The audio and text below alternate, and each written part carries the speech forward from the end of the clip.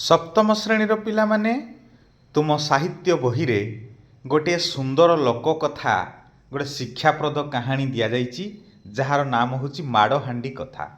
ଏହା ସମାଜକୁ ଏକ ଶିକ୍ଷାପ୍ରଦ କାହାଣୀ, ଯାହାକୁ ଲେଖିଛନ୍ତି ଗୋପାଳ ଚନ୍ଦ୍ର ପ୍ରହରାଜ। କ'ଣ ହେଇଛି ପିଲାମାନେ, ନା ଏକ ଦେଶରେ ଗୋଟିଏ ଚକୁଳିଆ ପଣ୍ଡା ଥାଏ। ସେଇଟା ଭାରି ଗରିବ। ସେ ମାଆଟିଏ ଆଉ ପୁଅଟିଏ, କେବଳ ମା ପୁଅ ହିଁ ରହୁଥାନ୍ତି। ପୁଅ ନିତିଦିନ ଭିକ ମାଗିବାକୁ ଯାଏ। 6 ଗାଁ ଗଲେ ସେରେ ଆଣେ, 9 ଗାଁ ଗଲେ ସେରେ ଆଣେ।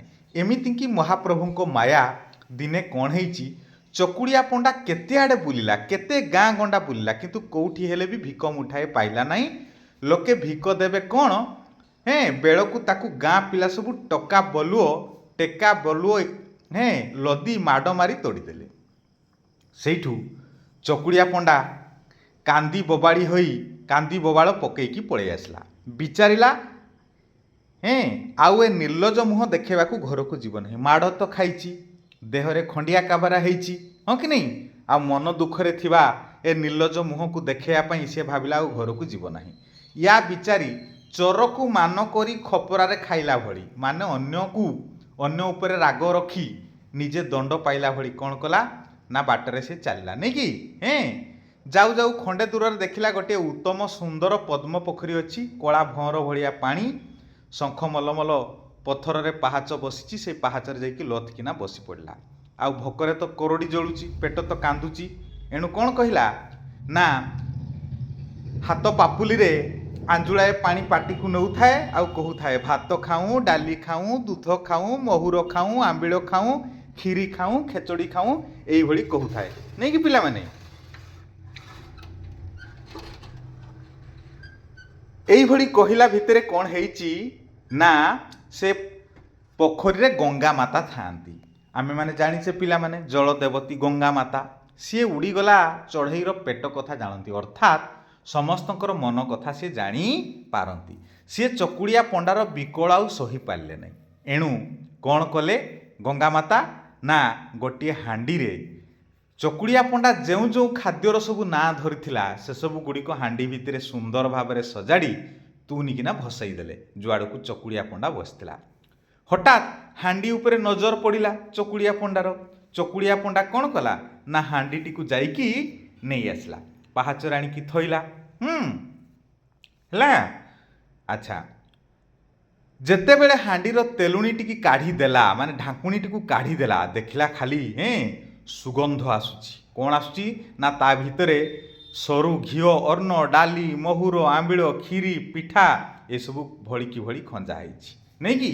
ୟାର ତ ଭୋକରେ ପେଟ ଜଳୁଥିଲା, ଆଗ ପେଟ ପୁରା କରି ଖାଇଲା। ଜଣେ ମଣିଷ କେତେ ଏମିତି ଖାଇବ? ଯେତକ ଖାଇବାରେ ଖାଇଲା, ଦେଖିଲା ବେଳକୁ ସେ ପଦାର୍ଥରୁ ଗୋଟେ କଣ ବି ସରିନାହିଁ। ହାଣ୍ଡିରେ ହାଣ୍ଡିଏ ଯେଉଁ ଖାଦ୍ୟ ଥିଲା, ଇଏ କେତେ ଖାଇବ? ଯେତକ ବଳିଲା ସେତକ ଗୋଟି ଗୋଟି କରି ପୁଣି ହାଣ୍ଡିରେ ପୁରେଇଲା। କହିଲା, ୟାକୁ ମୁଁ ଘରକୁ ନେଇଯିବି, ମୋ ମା ଆଉ ମୁଁ ଖାଇବୁ, ବାକି ଯାହା ବଳିବ ଫେର ଦଅଡ଼ା ଖାଇବୁ, ମାନେ 2 ଥର ଖାଇବୁ ନେଇକି ପିଲାମାନେ। ତାହେଲେ ବୁଝିପାରିଲ ନା, ସେ ପୋଖରୀରେ ଗଙ୍ଗା ମାତା ଥିଲେ। ଚକୁଳିଆ ପଣ୍ଡାର ଦୁଃଖ ସହି ନ ପାରି ଚକୁଳିଆ ପଣ୍ଡା ଯେଉଁ ସବୁ ଖାଦ୍ୟର ନାମ ତୁଣ୍ଡରେ ଧରିଥିଲା, ସେଇ ସବୁ ଖାଦ୍ୟ ଦ୍ରବ୍ୟ ଗୋଟିଏ ହାଣ୍ଡିରେ ଭର୍ତ୍ତି କରି ତେଲୁଣିକୁ ଢାଙ୍କି ତା ଆଡ଼କୁ ଭସେଇ ଦେଲେ। ଆଉ ଚକୁଳିଆ ପଣ୍ଡା ପାଇଲା ନେଇକି, ତାପରେ ମନ ଭରିକି ଆରାମରେ ଖାଇଲା। ଯାହା ବଳିଲା ସେ ଘରକୁ ନେଇଯିବା ପାଇଁ ଯୋଜନା କଲା। କହିଲା, ମା ଖାଇବ, ଆଉ ଯାହା ବଳିବ ଆମେ ପୁଣି ଉପରବେଳା ଖାଇବୁ, ଦିଓଳି କରି ଖାଇବୁ। ଆଉ ଖାଲି ହାତରେ ସିନା ଘରକୁ ଫେରିବ ନାହିଁ ବୋଲି ରୁଷିକି ଘରୁ ବାହାରିଥିଲା। ବର୍ତ୍ତମାନ ଏତକ ଯେମିତି ହାତରେ ପଡ଼ିଲା, ସେମିତି ୟା ମନ କୁଣ୍ଢେ ମୋଟ ହୋଇଗଲା, ମାନେ ଅତ୍ୟଧିକ ଖୁସି ହେଇଯିବା, କୁଣ୍ଢେ ମୋଟ ହୋଇଗଲା। ହାଣ୍ଡିଟିକି ମୁଣ୍ଡେଇ ଲମ୍ବେ ଲମ୍ବେ ଘରକୁ ମୋହିଲା। ଲମ୍ବା ଲମ୍ବା ପାଦ ପକେଇକିରି, ଖାଇବାରୁ ଦେହରେ ବଳ ହେଇଗଲା ନା, ଭୋକରେ ଥିଲା। ଲମ୍ବା ଲମ୍ବା ପାଦ ପକେଇକି ଘରେ ଯାଇକି ପହଞ୍ଚିଲା। ଆଚ୍ଛା, ଘରେ ଯାଇକି ପହଞ୍ଚିଲା ବେଳକୁ ମା ନାହିଁ। ମା ଦୁଃଖ ଧନ୍ଦା କରିବାକୁ ଗାଁ ଭିତରକୁ ଯାଇଛି ନେଇକି। ହାଣ୍ଡିଟିକୁ ହାଣ୍ଡିଶାଳ ଶିକା ଉପରେ ଥୋଇଦେଲା। ଘରେ ଖଣ୍ଡେ ମଶାଣି ପାରିକି ଶୋଇଲା। ମା ଯେତେବେଳେ ଗାଁରୁ ଫେରିଲେ, ଦୁଃଖ ଧନ୍ଦା କରିକି ଦେଖିଲେ ପୁଅର ପେଟ ପୁରା ଟୁମାଟୁମ ଦେଖାଯାଉଛି ନେଇକି। ଉପରକୁ ପେଟ କରି ଶୋଇଛି ବଡ଼ ବଡ଼ ନିଶ୍ୱାସ ନେଇକିରି। ଆଉ ମାର ହଠାତ୍ ନଜର ପଡ଼ିଗଲା। ହାଣ୍ଡିଶାଳ କବାଟ ଯେତେବେଳେ ଫିଟେଇ ଦେଲେ, ଶିକା ଉପରେ ହାଣ୍ଡିଟିଏ ଥୁଆ ହେଇଛି। ହାଣ୍ଡିଟିକି ଓହ୍ଲେଇ ପଲମ କାଢ଼ି ଦେଖେ ତ, ହାଣ୍ଡି ଭିତରେ ଦିବ୍ୟ ସୁବାସ ଘିଅ, ଅନ୍ନ, 6 ତିଅଣ 9 ଭଜା କ୍ଷୀରି ପିଠା ଭରା ହେଇଛି। ଆଉ केते दिनु खाई नथिबा लोक जदि एते सब खाद्य पाए ता मनरे केते आनंद हब सतरे कहिलो। हें माँ जाइकी कौन कला बाड़ी बें लंबर खंडे कदली पतर माने हाथ को लंबेले जेतिकी लंबा हम सेतिकी लंबार गोटे कदली पतर आनिकी खाई पूरा अठिल हो गला आ नहीं कि पेटे खाइला फेर ऊपर ओढ़ी हांडी जहाँ थिला माँ पुओ दुहे खाइले आ पुओ उठिकी माँ को सब कथा कहला कहला माँ एमिति सेमिति कथा मु माड़ खाइली गोटे पोखरी कूल जाइकी पहुँचली जेमिति खाद्यर ना कहिछि तो मते सब मिलगला आ रातिरे शोइला बेले बुढ़ी पुओ को बुद्धि बतईदेला अरे पुओ एते मिहंत करी 6 गाँ 9 गाँ बुलवा कहीं बुलू कहीं एते कष्ट करिकी काली सकाळू फेर जाई सेई पोखरी कूल बस देखिबा कौन होउछि आ माँ पुओ ये विचार करिकी शोई पड़ले। सकाळू चकुड़िया पंडा कौन कला ना कालीर स्वाद पाइछि ना सकाळू उठी धाइछि भलिया सकाळू उठी चिता चैतन काटी एकदम नाक सीधा जाइकी पद्म पोखरी हाजर नहीं। फेर काली जेमिति भात खाऊँ डाली खाऊँ आंबिड़ खाऊँ कहूला आज सेमिति गोटी गोटी करी ना कहला नहीं कि। अच्छा माँ गाँरु कौन है ना सतकु सत काली परिका हांडीटी आज भी भासी आसला गंगा माता आज भी देदेले से आपे जहाँ खाइला बाकी जहाँ बड़ा घर को नहीं सिका उपर रखीदेला। माँ गाँरु बुली आसी खाइला फेर राति की माँ पुओ दुए मिसिकी खाइले नहीं कि एमिति नीति पुओ हांडीटी मान आणु थाए माँ पुओ मिसिकी खाऊ थांती आउ माँ पुओ कौन दुख धंदा कले नहीं कि ये भिक मागवा को गला नहीं कि कुटा खंडे भी दिखंड कले नहीं कि मागणा भातरे माँ पुओर मन लगिगला। एणे गंगा माता विचार कले ए माँ पुओ तो निखटू हो बसिले खटिले नहीं किसी काम कले नहीं एमानकु जदि मु एमिति मागणा खाद्य देवी ताहले एमाने कर्म कुढ़ी होइजिवे काम करिवे नहीं। एणु या विचार करी दिने कौन कले गंगा माता ना खाद्य बदल रे माड़ सबू हांडी रे भर्ती करी देले। ठीक से दिन भी चकुड़िया पंडा जाइकी पहुँची थाए पोखरी रे आ पानी पीऊ पू जेते खाद्यर ना कहला गोटे हांडी भासी भासी आसला। चकुड़िया पंडा हांडी को आनी पाहाच उपर रखी खोलला बेलू ता देहरे पूरा माड़ बसीगला आ गोईठा चिपुड़ा रापुड़ा कामुड़ा इत्यादि केते माड़ नहीं कि। अच्छा से मने मने मिठेई खाई बसला एतक जतिके माड़ खाइला सेठू कहला जे मार बुद्धि रे सब होइछि एणु मु एकुटिया कहीं माड़ खाइबी ना ये हांडी को लेकिन आज घरे थईदेवी से या बिचारी घरे नहीं हांडी को थईदेला। हैं अच्छा केते माड़ खाइला पिला माने हैं। अच्छा तुछा चापुड़ा उपरे चापुड़ा विधा उपरे विधा ता उपरे गोईठा ता पछकु रापुड़ा कामुड़ा एमिति खाली अष्टांग स्वर तार दुमदाम बथा हो गला पिला माने नहीं कि चटकणा खाई गाल को आईसला बेल को बेक को पिठरे दुलदाल कर दुईटा विधा बसी साराणी एमिति माड़ खाई हैं चकुड़िया पंडा माड़ बसताए डहल विकल हो पिठी आउसला बेल को खुआ मुंडे दी गोईठा बसताए हठात या मुंड को गोटे कौन बुद्धि जसला ना से ढाकुणीटी को घोड़े देला हांडी उपर रखीदेला किए राण देला भाया कौन है ना माड़ सब बंद हो गला जेमिति घोड़े पकईची सेमिति किए राण देला भाया माड़ थमीगला।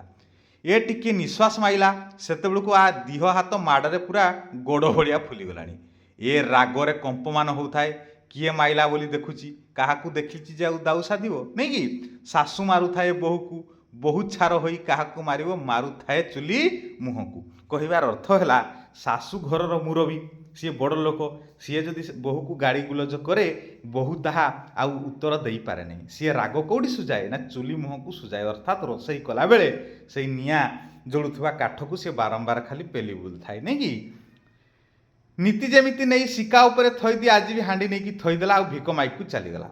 माँ तो घरे न थाए एबे तो पुओ हांडी आणला दिन ठारू माँ आ जमारू दुख धंदा करूना माँ कौन कला ना गाँव फेरला घर भीतर को पशि चाहिला बेल को शिकार हांडीटी नीति भाया थुआई से तो माइपी लोक एत छंद मंद बा बुझीब कहीं हांडी टी शिकार थीर कर एल्हे आनी जेमिति तेलुणीटी को हांडी मुहर काढ़ी देइची बुढ़ी आउ कुआड़े जाए खाली तो माड़ बरसीगला कुआ पथर पड़ा भाया माड़ दुल दाल गोटे उपरे गोटे बाजी चली थाए इलो बापलो मरीगली लो हेला बेलू पिठरे फेर दीटा बस थाए आलो माँ लो मरीगली हेला बेलू कंकाल बाहिरे पुणी पुंजाए बसी जाऊ थाए एते शून्य शब्द होता है केते खाइबू खा खा खीरी खा बोली गोटे विधा बसता खा पिठा बोली गोटे गोईठा बसता नहीं कि ये माने जेते खाद्य आगुरी खाऊले से भाई गोटी गोटी करी खाद्यर ना जड़े कहू थाए आउ या बुढ़ी को माड़ हो थाए ବୁଢ଼ୀ ଯୁଆଡ଼େ ଚାହିଁଲେ ବି କାହାରିକୁ ପାଉନଥାଏ। ମାଡ଼ ଉପରେ ମାଡ଼ ବସୁଥାଏ ବୁଢ଼ୀ ଉପରେ। ସେଇଠୁ କ'ଣ ହେଲା, ଖା ମହୁର ବୋଲି ବ୍ରହ୍ମ ଚାପୁଡ଼ା ଏମିତି ବସୁଥାଏ। ସେଇଠୁ କ'ଣ କଲା ନା ବୁଢ଼ୀକି ଗୋଟିଏ ବୁଦ୍ଧି ଦିଶିଗଲା। ଆଉ କ'ଣ ବୁଦ୍ଧି ଦିଶିଲା ନା ବୁଢ଼ୀ ଉଠି ପଡ଼ି ସେ ପଲମଟିକୁ ହାଣ୍ଡି ଉପରେ ଉଗୁଡ଼େଇ ପକାଇଲା। ହାଣ୍ଡି ଉପରେ ଢାଙ୍କୁଣୀ ପଡ଼ିବାରୁ ମାଡ଼ ବନ୍ଦ ହେଇଗଲା। ଆଉ ବୁଢ଼ୀ ଟିକେ ନିଶ୍ୱାସ ମାଇଲା, କହିଲା ଓହୋ ଆଜି ସକାଳୁ ଉଠି କାହା ମୁହଁ ଚାହିଁଥିଲି। ଆମେ କହୁନା, ଆମେ ବି ଏମିତି କହୁ, ଯେଉଁଦିନ ଟିକେ ଆମର ଖରାପ କିଛି ହେଇଯାଏ ଆମେ କହୁ ଆଜି କାହା ମୁହଁ ଚାହିଁଥିଲି କେଜାଣି, ନାଇଁ କି? ଆଚ୍ଛା, ସେଇଠୁ ବୁଢ଼ୀ କ'ଣ କଲା ନା ହାଣ୍ଡିଟିକୁ ନେଇ ତାଙ୍କ ବାଡ଼ିର ଖତ ଗଦାରେକି ରଖିଦେଲା। ହାଣ୍ଡିଟି ଉପରେ ପଲମ ଘଡ଼ିଆ ହୋଇଥାଏ। ସେଦିନ ଦୈବ ଯୋଗକୁ କ'ଣ ହେଲା, ରାତି ଅଧ ହେଲାଣି। ଗାଁ ଯାକ ସମସ୍ତେ ଖାଇ ପିଇ ନିର୍ଜନ ହୋଇ ଶୋଇଲେଣି। ପଞ୍ଜାଏ ଚୋର କେଉଁ ଗାଁରୁ ଗୋଟେ ସିନ୍ଦୁକଟାଏ ଚୋରାଇ ଆଣି ବାଣ୍ଟ କରିବେ ବୋଲି, ମାନେ ବାଣ୍ଟିବେ ବୋଲି ବୁଢ଼ୀ ବାରି ଦ୍ୱାରେ ବାଡ଼ି ପଟେକିରି ବସିଥିଲେ। ତାଙ୍କ ଭିତରେ ଭାଗବଣ୍ଟା ବିଚାର ଚାଲିଛି, କେମିତି ଭାଗ କରିବେ, କେମିତି ନେବେ। ଏହି ସମୟରେ ଜଣେ ଚୋରର ଆଖି ପଡ଼ିଲା ସେ ହାଣ୍ଡି ଉପରେ। ଆଉ ସେ ବିଚାରିଲା ୟା ଭିତରେ କ'ଣ ଅଛି ଆଗେ ଟିକେ ଦେଖେ। ୟା ବିଚାରି ସେ ହାଣ୍ଡିକି ଖତଗଦାରୁ ଉଠେଇ ଆଣି ସବୁ ଚୋରଙ୍କ ମଝିରେ କି ଥୋଇଦେଲା। ଯେମିତି ପଲମଟିକୁ କାଢ଼ି ଦେଇଛି, ଏ ବାପରେ ବାପ, ଚୋର ପଞ୍ଝାକୁ କି ମାଡ଼, ଗୋରୁ ଛେଚିଲା ଭଳିଆ ମାଡ଼। ଏ ଚୋର ଟଙ୍କା ଟକର ବାଟିବେ କ'ଣ, ମାଡ଼ରେ କଲେଇ ବଲେଇ ହୋଇ କିଏ କୁଆଡ଼େ ଛାଟିପିଟି ହୋଇ ପଳେଇଗଲେ। ବଉଲୋ ବଉଲୋ କହିକି କିଏ କୁଆଡ଼େ ପଳାଉଥାନ୍ତି। ତାଙ୍କ ପଛପଟେ ମାଡ଼ ଯାକ ସବୁ ଗୋଡ଼େଇ ତୁଚ୍ଛା ଯାଉଥାନ୍ତି, ନାଇଁ କି? ଆଚ୍ଛା, ଏମିତି ଏ ଚୋର ଯାକ ପଳେଇଲେ। ବୁଢ଼ୀ ଉଠିକରି ବାଡ଼ି କବାଟକୁ ଧୁଡ଼କିନା ଫିଟେଇଲା। ଦେଖିଲା ବେଳକୁ ତା ବାଡ଼ି ପନ୍ଦାରେ କ'ଣ ଗୋଟେ ସିନ୍ଦୁକ ଥୁଆ ହେଇଛି। ବୁଢ଼ୀ ସେ ସିନ୍ଦୁକ ପାଖକୁ ଯାଇ ଥିରିକିନା କବାଟକୁ ଖୋଲିଲା, କାଳେ ମାଡ଼ ବାହାରିବ, ନାଇଁ କି? ପଛକୁ ଦେଖିଲା ଯେ ସେ ସିନ୍ଦୁକ ଭିତରୁ ଆଉ କିଛି ସରସାର ହେଉନାହିଁ। ସେଥିରୁ ସିନ୍ଦୁକକୁ ମେଲା କରି ଦେଖିଲା ବେଳକୁ ତା ଭିତରେ ହୀରା, ନୀଳା, ମୋତି, ମାଣିକ, ମହୁଡ଼, ଅସରପି ଏମିତି ସବୁ ବାହାରିଛି, ନାଇଁ କି? ହେଲା, ଲେଖକ ପରିଚୟ ଜାଣିବା। ଜଣେ ବ୍ୟଙ୍ଗାତ୍ମକ ପ୍ରବନ୍ଧ ଓ ସଫଳ ରମ୍ୟ ରଚନାର ଲେଖକ ହେଉଛନ୍ତି ଆମର ଗୋପାଳଚନ୍ଦ୍ର ପ୍ରହରାଜ, ଯିଏକି 1872 ମସିହା ନଭେମ୍ବର ମାସ 26 ତାରିଖରେ କଟକ ଜିଲ୍ଲାର ସିଦ୍ଧେଶ୍ୱରପୁର ଗ୍ରାମରେ ଜନ୍ମଗ୍ରହଣ କରିଥିଲେ। ଅନେକ ଲୋକ ଗଳ୍ପ ସଂଗ୍ରହ କରି ସେଗୁଡ଼ିକୁ ସାଧାରଣ ଲୋକଙ୍କ ଭାଷାରେ ପ୍ରକାଶ କରିବାରେ ସେ ସିଦ୍ଧହସ୍ତ ଥିଲେ। ଅନେକ ଲୋକ ଗଳ୍ପକୁ ସେ ପ୍ରକାଶ କରିଛନ୍ତି। ଏହି ମାଡ଼ହାଣ୍ଡି କଥା ବିଷୟଟି ତାଙ୍କ ରଚିତ ଉତ୍କଳ କାହାଣୀରୁ ସଂଗୃହୀତ। ତାଙ୍କ ସଂକଳିତ ପୂର୍ଣ୍ଣଚନ୍ଦ୍ର ଭାଷାକୋଷକୁ ଓଡ଼ିଆ ଭାଷାର କଳା କୋଣାର୍କ ବୋଲି କୁହାଯାଏ, ନାଇଁ କି? ଆମର ସବୁଠାରୁ ବଡ଼ ପୁସ୍ତକ ପୂର୍ଣ୍ଣଚନ୍ଦ୍ର ଭାଷାକୋଷ। ଏହି ଲୋକ ଗଳ୍ପରେ ପରିଶ୍ରମ ନ କଲେ କିପରି କଷ୍ଟ ଭୋଗିବାକୁ ପଡ଼େ ତାହା ବର୍ଣ୍ଣନା କରାଯାଇଛି। ଏବେ ପାଠରୁ ପ୍ରଶ୍ନ ଉତ୍ତର ଆଲୋଚନା କରିବା। ମୁଁ ଯାହା ବୁଝିଲି କ ନମ୍ବର। ଲୋକକଥା ଗଳ୍ପ ଆଧାରିତ ନିମ୍ନରେ କିଛି ପ୍ରଶ୍ନ ଦିଆଯାଇଛି, ସେଥିରୁ ଠିକ୍ ଉତ୍ତରକୁ ବାଛି ଲେଖିବା। ଚକୁଡ଼ିଆ ପଣ୍ଡା ଯେଉଁ ପୋଖରୀ ପାଖରେ ପହଞ୍ଚିଲା ସେ ପୋଖରୀଟି କିପରି ଥିଲା? ସଠିକ୍ ଉତ୍ତର ହେବ ଅପସନ୍ ଗ, ପୋଖରୀରେ କଳା ଭଅଁର ଭଳି ପାଣି ଥିଲା। 2 ନମ୍ବରକୁ ଯିବା। ଚୋରକୁ ମାନ କରି ଖପରାରେ ଖାଇବାର ଅର୍ଥ କ'ଣ? 4 ଗୋଟି ଅପସନ୍ ଦିଆଯାଇଛି ପିଲାମାନେ। ଗୋଟେ ହେଲା ରାଗ ତମତମ ହୋଇ ଖାଇବା, ଅନ୍ୟ ଉପରେ ରାଗି ନିଜର କ୍ଷତି କରିବା, ଚୋରକୁ ଧରି ଖପରାରେ ଖାଇବାକୁ ଦେବା, ଆଉ ଚୋରକୁ ମାଡ଼ ମାରି ତଡ଼ିବା। ତେବେ ସଠିକ୍ ଉତ୍ତର ହେବ ଅପସନ୍ ଖ, ଅନ୍ୟ ଉପରେ ରାଗି ନିଜର କ୍ଷତି କରିବା। ଏହାକୁ କୁହାଯାଏ ଚୋରକୁ ମାନ କରି ଖପରାରେ ଖାଇବା। ଏ ଲୋକବାଣୀଟିର ଅର୍ଥ ହେଉଛି ଏଇଆ ଯେ ଅନ୍ୟ ଉପରେ ରାଗି ନିଜର କ୍ଷତି କରିବା। ଆଶା କରୁଛି ପିଲାମାନେ ତୁମେମାନେ ଭଲ ଭାବେ ବୁଝିପାରିଥିବ। ଯଦି ଭିଡ଼ିଓଟି ମନ ପସନ୍ଦର ହୁଏ ଲାଇକ୍ଟିଏ ନିଶ୍ଚିତ କରିବ, ତୁମ ସାଙ୍ଗମାନଙ୍କୁ ସେୟାର କରିଦେବ, ଆଉ ଯଦି ପ୍ରଥମ ଥର ଏହି ଚ୍ୟାନେଲକୁ ଆସିଛ ନିଶ୍ଚିତ ଭାବରେ ସବସ୍କ୍ରାଇବ୍ଟିଏ କରିବ। ଆଶା କରୁଛି ଏସବୁ ଗୁଣାତ୍ମକ ଶିକ୍ଷା ତୁମକୁ ଆଗକୁ ବଢ଼ିବା ପାଇଁ ନିଶ୍ଚିତ ଭାବରେ ସହାୟକ ହେବ। ତେବେ ଗୋଟିଏ କଥା, ଅଧିକ ସମୟ ମୋବାଇଲ ଦେଖାରେ ନଷ୍ଟ ନ କରି ତୁମେମାନେ ପୁସ୍ତକ ପଠନ କରିବ, ନାଇଁ? ଏବେ ଯିବା 3 ନମ୍ବରକୁ। ଗଙ୍ଗା ମାତା ଉଡ଼ିଗଲା ଚଢ଼େଇର ପେଟ କଥା ଜାଣିପାରନ୍ତି, ଏହି ଲୋକବାଣୀର ଅର୍ଥ କ'ଣ? 4 ଗୋଟି ସମ୍ଭାବ୍ୟ ଉତ୍ତର ମଧ୍ୟରୁ ସଠିକ୍ ଉତ୍ତର ହେବ ଗ, ଅନ୍ୟର ମନ କଥାକୁ ବୁଝିବା। 4 ନମ୍ବର, ଚକୁଡ଼ିଆ ପଣ୍ଡା ଚରିତ୍ର ମାଧ୍ୟମରେ ଲେଖକ କେଉଁ ନୀତି ଶିକ୍ଷା ଦେଉଛନ୍ତି? ଚାରିଟି ସମ୍ଭାବ୍ୟ ଉତ୍ତର ମଧ୍ୟରୁ ସଠିକ୍ ଉତ୍ତର ହେବ ଅଳସୁଆ ଦୁଃଖ ପାଏ। ଚକୁଡ଼ିଆ ପଣ୍ଡା ଚରିତ୍ର ମାଧ୍ୟମରେ ଲେଖକ କେଉଁ ନୀତି ଶିକ୍ଷା ଦେଇଛନ୍ତି? ନା ଅଳସୁଆ ଦୁଃଖ ପାଏ। ଏବେ ଯିବା ଖ ନମ୍ବରକୁ। ଏପରି ହୋଇପାରେ ତୁମ ସାଙ୍ଗମାନେ ଭିନ୍ନ ଭିନ୍ନ ଉତ୍ତର ବାଛି ଥାଇପାରନ୍ତି, ସେମାନେ କାହିଁକି ଏହି ଉତ୍ତର ବାଛିଲେ ଆଲୋଚନା କରିକି ଲେଖିବ। ଆଚ୍ଛା, ଏବେ ଧାଡ଼ି ଗୁଡ଼ିକର ଆଲୋଚନା। ପାଠରୁ କିଛି ଧାଡ଼ି ଚୟନ କରି ଦିଆଯାଇଛି, ଏହାକୁ ଧ୍ୟାନ ଦେଇ ପଢ଼ ଏବଂ ଦଳରେ ବିଚାର କରି କ'ଣ ବୁଝିଲ ଲେଖ। ଯେମିତି କ ନମ୍ବର, ଏ ପାଣିକି ଦେଖିଲା କ୍ଷଣି ତା ମନରେ ଭାରି ଲୋଭ ହେଲା, ଜୀବନ ବିକଳରେ ପାଣି କୂଳ ପାହାଚ ଉପରେ ଲଥ୍ କିନା ବସି ପଡ଼ିଲା। ଏହାର ଉତ୍ତର କ'ଣ ହେବ? ନା ଭୋକ ସମ୍ଭାଳି ନ ପାରି ପାଣି ପିଇବା ଆଶାରେ ବସି ପଡ଼ିଲା। ଖ ନମ୍ବର, ଗଙ୍ଗାମାତା ଉଡ଼ିଗଲା ଚଢ଼େଇର ପେଟ କଥା ଜାଣିପାରନ୍ତି। ଏହାର ଉତ୍ତର କ'ଣ ହେବ ପିଲାମାନେ? ନା ଗଙ୍ଗାମାତା ସଭିଙ୍କ ମନ କଥା ଜାଣିପାରନ୍ତି। ହେଲା ପିଲାମାନେ, ବାକ୍ୟର ଅର୍ଥ ଦିଆଯାଇଛି। ଏବେ ଅନୁମାନ ଏବଂ କଳ୍ପନାରୁ ଆଲୋଚନା କରିବା। କ ନମ୍ବର, ଯଦି ଚକୁଡ଼ିଆ ପଣ୍ଡା ଗୋଟିଏ ଦିନ ପାଇଁ ଗଙ୍ଗା ମାତାଙ୍କ ଠାରୁ ଖାଦ୍ୟ ହାଣ୍ଡି ନେଇଥାନ୍ତା, ତାହେଲେ ତା'ର ପରିଣାମ କ'ଣ ହୋଇଥାନ୍ତା? ଯଦି ଚକୁଡ଼ିଆ ପଣ୍ଡା ଗୋଟିଏ ଦିନ ପାଇଁ ଗଙ୍ଗା ମାତାଙ୍କ ଠାରୁ ଖାଦ୍ୟ ହାଣ୍ଡି ପାଇଥାନ୍ତା, ତେବେ ସେ କେବେ ବି ନିଜର ଭୁଲ ବୁଝିପାରିନଥାନ୍ତା। ଠିକ୍ ପୂର୍ବ ଭଳି ହିଁ ସିଏ ଭିକ୍ଷାବୃତ୍ତି କରିଥାନ୍ତା ଏବଂ ଆଳସ୍ୟ ଜୀବନ ବିତାଇଥାନ୍ତା। ଏଣୁ ସେ କିଛି ଦିନ ଯେଉଁ ଭଲ ଖାଦ୍ୟ ପାଇଲା, ସେଥିରେ ତା'ର କ'ଣ ଦୁଃଖ ଦୁର୍ଦ୍ଦଶା ଘୁଞ୍ଚିଗଲା। ତାପରେ ଯାଇକି ସେ ମାଡ଼ର ଆଘାତ ପାଇ ସୁଧୁରିଗଲା। ଏଣୁ ଗୋଟିଏ ଦିନ ଖାଦ୍ୟ ହାଣ୍ଡି ପାଇଥିଲେ ତା'ର ଏଭଳି ପରିବର୍ତ୍ତନ ହୋଇପାରିନଥାନ୍ତା। ଖ ନମ୍ବର, ଗଙ୍ଗାମାତା ବିଚାର କରି ମାଡ଼ ହାଣ୍ଡି ଯଦି ଦେଇନଥାନ୍ତେ, ତାହେଲେ ଶେଷ ଫଳ କ'ଣ ହୋଇଥାନ୍ତା? ଉତ୍ତର, ଗଙ୍ଗାମାତା ବିଚାର କରି ମାଡ଼ ହାଣ୍ଡି ଯଦି ଦେଇନଥାନ୍ତେ, ତେବେ ମା ପୁଅ ପୂର୍ବ ଭଳି ସେହିଭଳି ଭିକ୍ଷାବୃତ୍ତି କରିଥାନ୍ତେ ଏବଂ ଆଳସ୍ୟ ଜୀବନ ବିତେଇଥାନ୍ତେ। ଏତେ କଠିନ ପରିଶ୍ରମ କରିନଥାନ୍ତେ, ମାଗଣାରେ ବା କେମିତି କମ୍ ପରିଶ୍ରମରେ ଅଧିକ ପାଇବାର ଆଶା ତାଙ୍କ ମନରେ ରହିଯାଇଥାନ୍ତା। ଏଣୁ ଗଙ୍ଗାମାତାଙ୍କର ମାଡ଼ ହାଣ୍ଡି ହିଁ ତାଙ୍କୁ ଗୋଟେ ଜୀବନର ପରିବର୍ତ୍ତନ କରିଦେଲା। ସେମାନେ ବୁଝିପାରିଲେ ଜୀବନରେ ଭୁଲ କ'ଣ। ବିନା ପରିଶ୍ରମରେ କୌଣସି ଜିନିଷ ସହଜରେ ମିଳିନଥାଏ। ଏକଥା ଚକୁଡ଼ିଆ ପଣ୍ଡା ଓ ତା'ର ମା ନିଶ୍ଚିତ ଭାବରେ ବୁଝିପାରିଲେ। ଗ ନମ୍ବର, ମା ଯଦି ମାଡ଼ ହାଣ୍ଡିର ପଲମ ଢାଙ୍କି ନଥାନ୍ତେ, ତାହେଲେ କି ଅସୁବିଧା ହୋଇଥାନ୍ତା? ଖାଦ୍ୟ ଲୋଭରେ ମା କ'ଣ କରିଥିଲେ? ନା ହାଣ୍ଡିରୁ ପଲମଟି କାଢ଼ିଥିଲେ। ପଲମଟି କାଢ଼ିଦେବା କ୍ଷଣି ତାଙ୍କ ଶରୀରରେ ପ୍ରବଳରୁ ପ୍ରବଳ ମାଡ଼ ବାଜିଥିଲା। ବୁଢ଼ୀ ଲୋକ ଯଦି ସେ ପଲମଟି ବୁଦ୍ଧି କରି ନ ଢାଙ୍କିଥାନ୍ତେ, ତାହେଲେ ଏତେ ପରିମାଣରେ ତାଙ୍କ ଶରୀରରେ ମାଡ଼ ବାଜିଥାନ୍ତା ଯେ ହୁଏତ ତାଙ୍କର ପ୍ରାଣବାୟୁ ଉଡ଼ିଯାଇଥାନ୍ତା। ଏଣୁ ଯଦି ସିଏ ମାଡ଼ହାଣ୍ଡିର ପଲମ ଢାଙ୍କି ନଥାନ୍ତେ, ତେବେ ହୁଏତ ଗୋଟେ ବିରାଟ ଦୁଃଖ ତାଙ୍କ ପରିବାରକୁ ଆସିଥାନ୍ତା। ବୁଢ଼ୀ ହୁଏତ ମାଡ଼ରେ ପ୍ରାଣ ହରାଇଥାନ୍ତା। ଘ ନମ୍ବର, ଗଙ୍ଗାମାତା ମା ପୁଅକୁ ଏପରି କଷ୍ଟ ଦେବାର ଉଦ୍ଦେଶ୍ୟ କ'ଣ ଥିଲା? ପ୍ରଥମତଃ ଗଙ୍ଗାମାତାଙ୍କର କଷ୍ଟ ଦେବାର ଉଦ୍ଦେଶ୍ୟ ହିଁ ନଥିଲା। ସେ ତାଙ୍କର ଦୁଃଖ ନିବାରଣ ପାଇଁ ଖାଦ୍ୟ ସବୁ ଦେଇଥିଲେ। ଥରେ ନୁହେଁ, ଅନେକ ବାର ଦେଇଛନ୍ତି।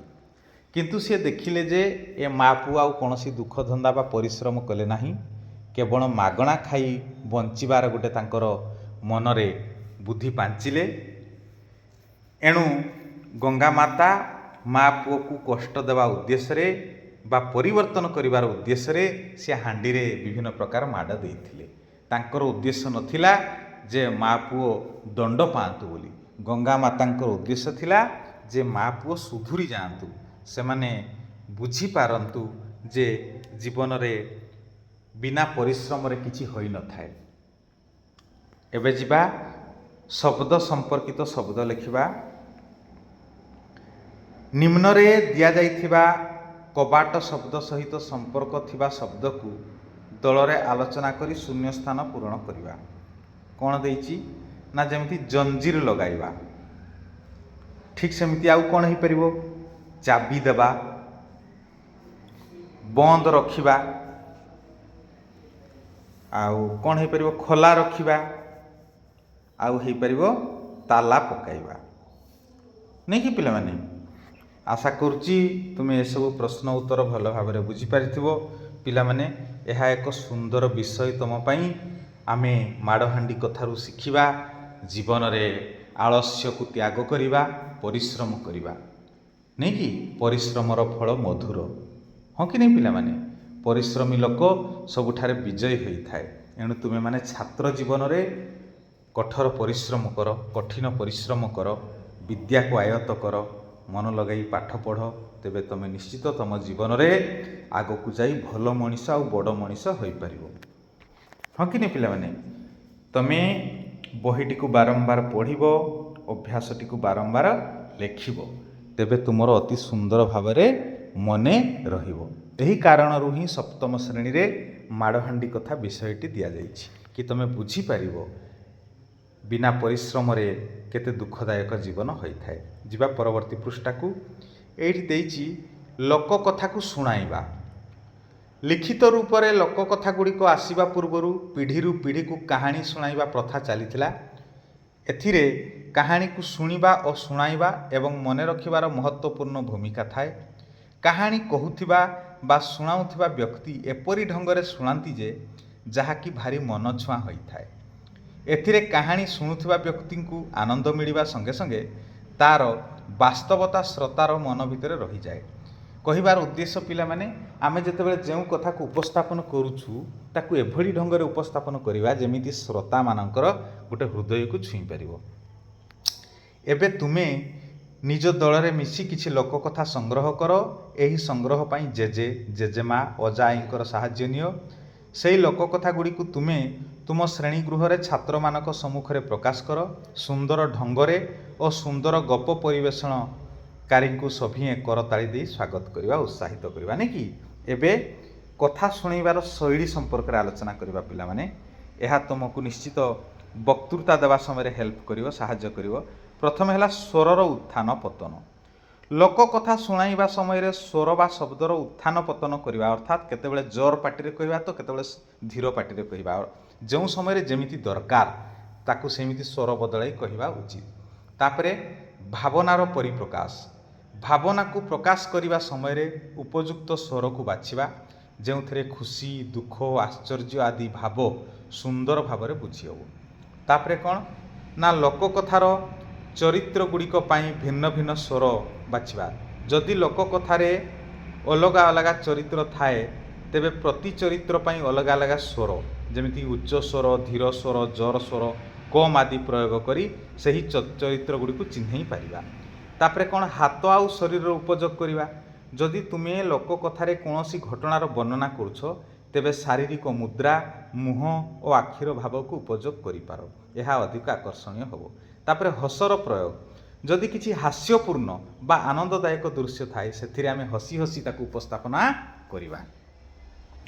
ତାପରେ ବିବରଣୀ ଭିତ୍ତିକ ଭାଷାର ପ୍ରୟୋଗ କ'ଣ ନା ଲୋକ କଥାରେ ବର୍ଣ୍ଣିତ ସ୍ଥାନ ଓ ଚରିତ୍ର ଗୁଡ଼ିକୁ ଏପରି ପ୍ରକାଶ କର ଯେପରି ଶ୍ରୋତାମାନେ ସେଗୁଡ଼ିକ ଛବିକୁ ନିଜ ମନରେ ଆଙ୍କି ପାରିବେ। ନି କି? ତାପରେ କ'ଣ କହିଛି ନା ରୋଚକ ମୋଡ଼। ଲୋକ କଥା ଶୁଣାଇବା ସମୟରେ ଥରେ ଦୁଇଥର ରୋମାଞ୍ଚକ ପରିସ୍ଥିତିରେ କିଛି ସମୟ ପାଇଁ ଲୁହ ବା ଶ୍ରୋତାଙ୍କ ମନରେ ଆଗ୍ରହ ସୃଷ୍ଟି କରିବା ପାଇଁ ପ୍ରଚାର, ଆଗକୁ କ'ଣ ହେବ ତାହା ତୁମେ ଜାଣିବାକୁ ଚାହୁଁଛ କି, ଏଇଭଳି କରିବା ଦରକାର। ତାପରେ ସମ୍ବାଦକୁ ସ୍ପଷ୍ଟ ଓ ପ୍ରାସଙ୍ଗିକ କରିବା। ଚରିତ୍ର ଗୁଡ଼ିକୁ ଏପରି ପ୍ରସ୍ତୁତ କର ଯେମିତି ତାହା ପୁରା ଜୀବନ୍ତ ଲାଗିବ, ମୌଳିକ ଲାଗିବ। ଆସ ଆମେ ମେଳ କରିବା। ଏହି ଲୋକ କଥାରୁ କିଛି ବାକ୍ୟ ପ୍ରଥମ ସ୍ତମ୍ଭରେ ଦିଆଯାଇଛି।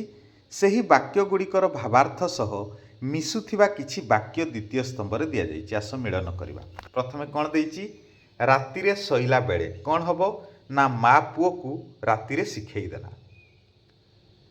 ବୁଢ଼ୀ ପୁଅକୁ ରାତିରେ ଶୋଇଲା ବେଳେ ବୁଢ଼ୀ ପୁଅକୁ ବୁଦ୍ଧି ବତେଇ ଦେଲା। ନାଇଁ କି? ତାହେଲେ କ'ଣ ହେବ ସେଟା? ମା ପୁଅକୁ ରାତିରେ ଶିଖାଇ ଦେଲା। ତାପରେ ଦେଇଛି ବଡ଼ି ଝପଟିରୁ ଉଠି, ସେଟା ଭୋର ସକାଳୁ ଉଠି। ଖୁଆ ମୁଣ୍ଡିରେ ଦି ଗୋଇଠା, ଅର୍ଥାତ୍ ହାତ ପାଖ ପିଠିକୁ ଦୁଇ ଲାତ ଦେବା।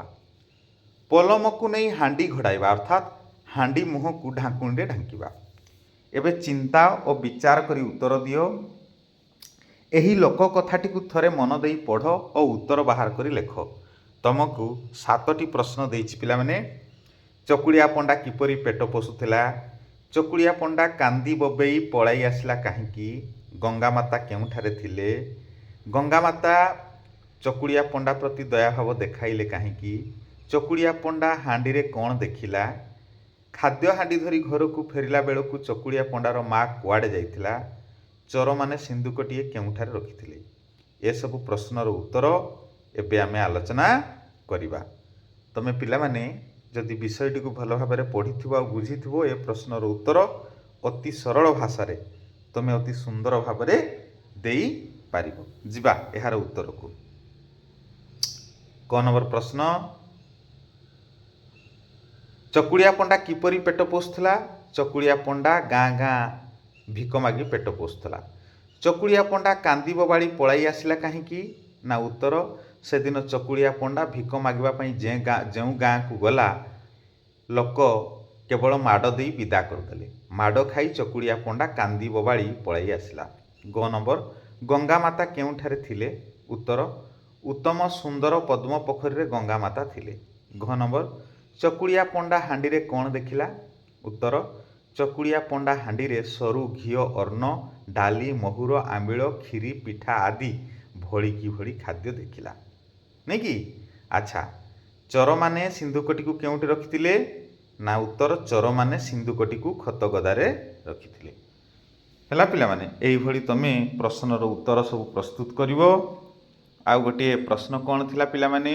ନା ଚକୁଳିଆ ପଣ୍ଡା ଘରକୁ ଆସି ହାଣ୍ଡି ଥୋଇଲା ବେଳେ ତା ମା କୁଆଡ଼େ ଯାଇଥିଲେ? ଉତ୍ତର ହେଲା, ତା ମା ଦୁଃଖ ଧନ୍ଦା କରିବାକୁ ଯାଇଥିଲେ। ନାଇଁକି ପିଲାମାନେ? ଆଶା କରୁଛି ତମେ ଉତ୍ତର ସବୁ ସହଜରେ ବୁଝିପାରିଥିବ। ଏହାକୁ ବାରମ୍ବାର ଲେଖିବ, ପଢ଼ିବ। ପିଲାମାନେ, ଏ ଭିଡ଼ିଓଟି ଯଦି ତୁମେ ଉପାଦେୟ ମନେ କରୁଛ, ଲାଇକ୍ଟିଏ ନିଶ୍ଚିତ କରିବ, ଅନ୍ୟମାନଙ୍କୁ ସେୟାର କରିବ। ଶେଷ ପର୍ଯ୍ୟନ୍ତ ଦେଖିଥିବାରୁ ଧନ୍ୟବାଦ। ପିଲାମାନେ, କାରକ ବିଷୟରେ ବୁଝିବା। ନିମ୍ନରେ ଦିଆଯାଇଥିବା ବାକ୍ୟ ଗୁଡ଼ିକୁ ମନ ଦେଇ ପଢ଼। ମା ଗାଁ ବୁଲିବାଲି ଆସି ଖାଇଲା। ଏହି ବାକ୍ୟଟି ପଢ଼ିବା ବେଳେ କିଛି ଅଲଗା ଭଳି ଲାଗୁଛି ନା? ଏବେ ତଳେ ଦିଆଯାଇଥିବା ବାକ୍ୟଟିକୁ ପଢ଼। ମା ଗାଁରୁ ବୁଲିବାଲି ଆସି ଖାଇଲା। ଦେଖ, ଏଠି ଗାଁ ଉପର ବାକ୍ୟରେ ଗାଁ ଲେଖା ହେଇଛି, ତଳ ବାକ୍ୟରେ ଗାଁରୁ ଲେଖା ହେଇଛି। ଏଇ ଦୁଇ ବାକ୍ୟରେ ଥିବା ପାର୍ଥକ୍ୟକୁ ଦେଖ, ତୁମେ ଠିକ୍ ଭାବରେ ଜାଣିପାରିଛ। ଦ୍ୱିତୀୟ ବାକ୍ୟରେ ଗାଁ ସହିତ ରୁ ଯୋଡ଼ି ହୋଇଛି। ତାପରେ ଖାଇଲା ଶବ୍ଦକୁ ଲକ୍ଷ୍ୟ କର। ଏହା ବାକ୍ୟରେ କାହା କାହା ସହିତ ଯୋଡ଼ି ହୋଇଛି? ନା କିଏ ଖାଇଲା, କେଉଁଠାରୁ ବୁଲି ବୁଲି ଆସିଲା। ଏଠାରେ ଆମେ, ମା ଓ ଗାଁରୁ ଉତ୍ତର ପାଇବା। ଖାଇଲା କ୍ରିୟାପଦ ସହିତ ଏମାନଙ୍କର ସମ୍ପର୍କ ଥିବାରୁ ଏହାକୁ କାରକ କହନ୍ତି।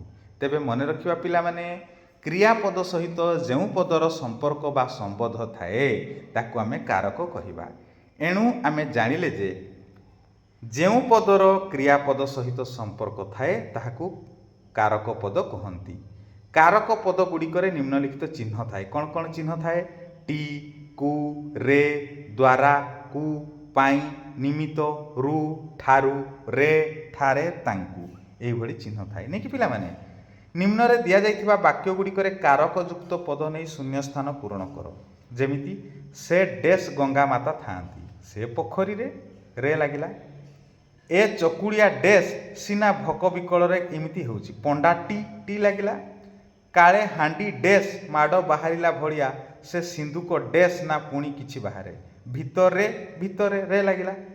ଡେସ୍ ଅବା କେଉଁ ଦରବ ଅପୂର୍ବ, ତାଙ୍କୁ ଲାଗିଲା। ଏବେ ଆଲୋଚନା କରିବା ପିଲାମାନେ।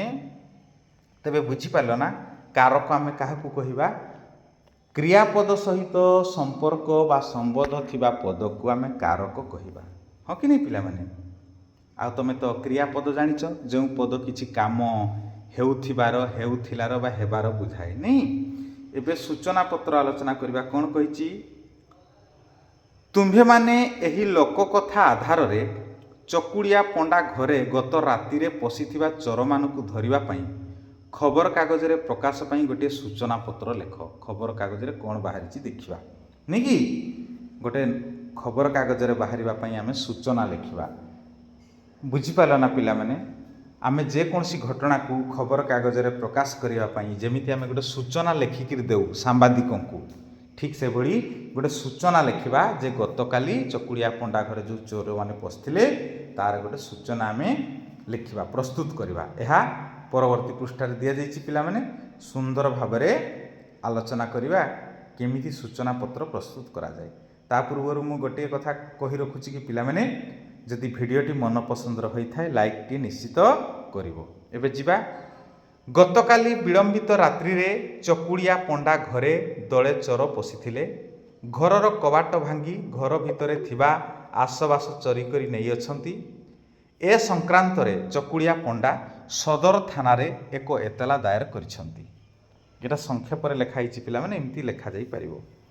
एबे पाठरू आगो को जिबा एही लोक कथारे चकुड़िया पंडार चरित्र माध्यम परिश्रम न करी पेट पोषिबाकू चाहिए किपरि असुविधार सम्मुखीन हेबाकू पड़े ताहा कुहा जाइछि।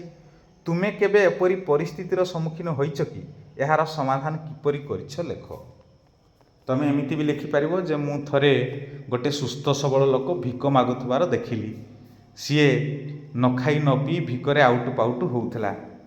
मु ताकू खाद्य देवा सहित बुझेइली जे एमिति तू भिक मागिबा अपेक्षा तो देहरे अमाप बल अछि। तू पुलिसर शिकार हेबा अपेक्षा दंड पाइबा अपेक्षा निजे परिश्रम करी रोजगार करि परिबु। 2 नंबर कौन ना लोक कथा माध्यम रे गंगा मातांक कृपारु किपरि माँ ओ पुओ उपकृत होइथिले ताहा वर्णना होइछि।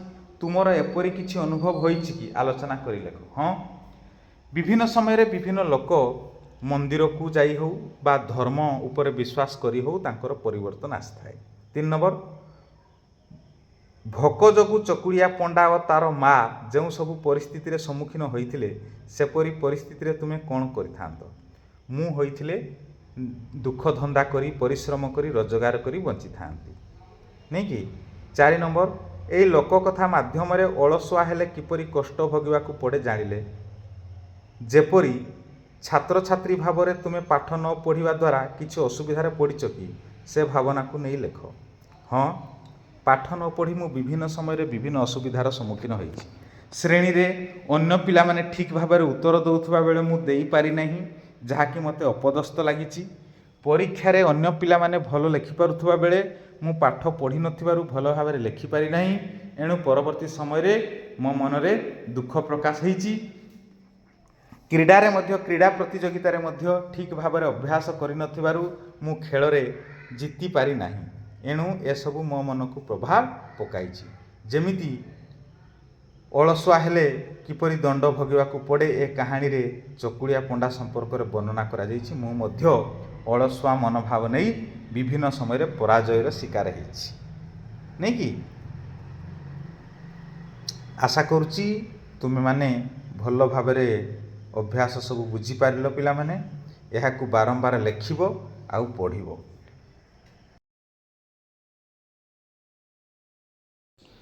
पिला माने मन देई पढ़ शुण और अनुभव कर केतोटी भल अभ्यास थिबा घटना आ सतर्कतार सहित तुम देखिथिबो। चिंता करी संगे संगे बुद्धिर प्रयोग करी समस्यार समाधान पई चेष्टा करिथिबो नहीं कि पिला माने। एही लोक कथारे चकुड़िया पंडा माध्यम रे प्रत्येक घटना वस्तु को मन देई पढ़ शुण अनुभव कर एवं तुम पई किछि खेल दिया जाइछि पिला माने। एहाकू निजे पढ़ी मध्य तुमे सहजरे बुझी पारिबो केमिति कोन करिवो। हैला पिला माने ए सब तमे खेल निश्चय सांग साथी मेल रे खेलिबो।